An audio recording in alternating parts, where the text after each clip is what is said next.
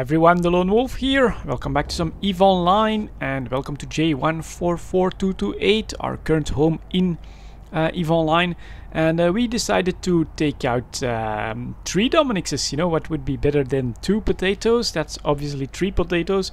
So we're taking 3 Dominixes into what is decently annoying site to do. It's called the line, where the sleepers actually spawn very far away from your warp in. So it can be pretty annoying, but we're gonna try and test 3 Dominixes in a single side out.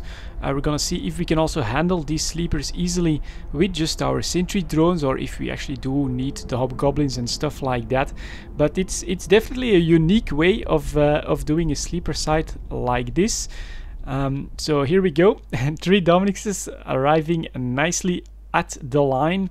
And as you can see, the first spawn here starts at like 100 kilometers, which is too far for us to even target or start to fire at them in the current builds, of course. And I prefer to use the guards and have the Ogre 2s in reserve rather than take a second set of sentries. But this is then the setup. You know, this is really a bastion. 3 battleships, 15 sentry drones ready to attack anything that comes into range.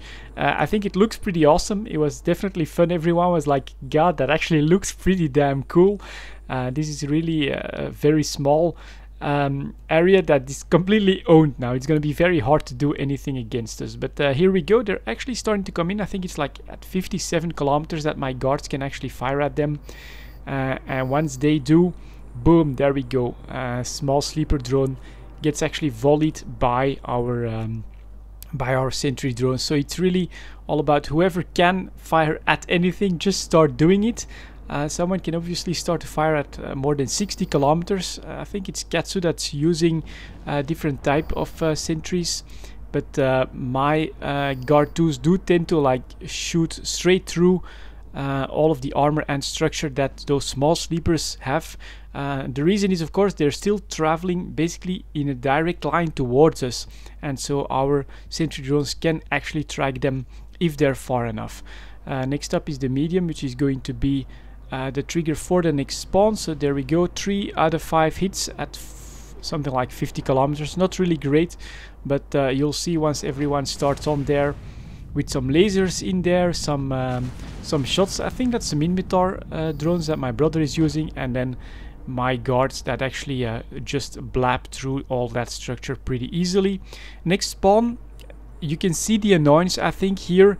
72 kilometers. If you're not in sentry drone ships, then you actually need to fly over there, get in range.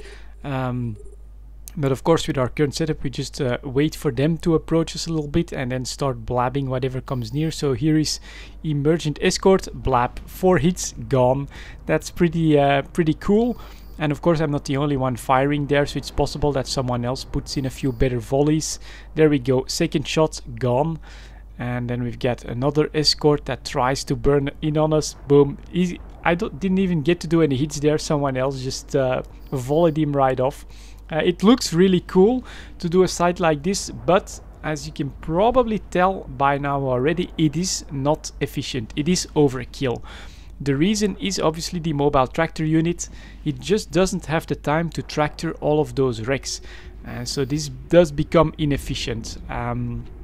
So I would say for C1 sites, what we are discovering here is that if you have like an optimal setup, really strong ships like Dominixes, like fully fitted Tech 2, I mean battle cruisers with full Tech 2 fits that can really dish out the damage, you're probably best off with just 2 players in every site. If you've got someone that's got lower skills, or that is using a Gnosis, let's say, and is the Tech 1 weapons or something like that, then you can probably get 3 people in a site and also then just use 1 mobile tractor unit. But if you're overkill like this with 3 battleships, it's just not efficient, because we're gonna kill these 5 sleepers. I wanted everyone to do individual shots on individuals just to have a look at how all of this plays out, but we just kill them too quickly.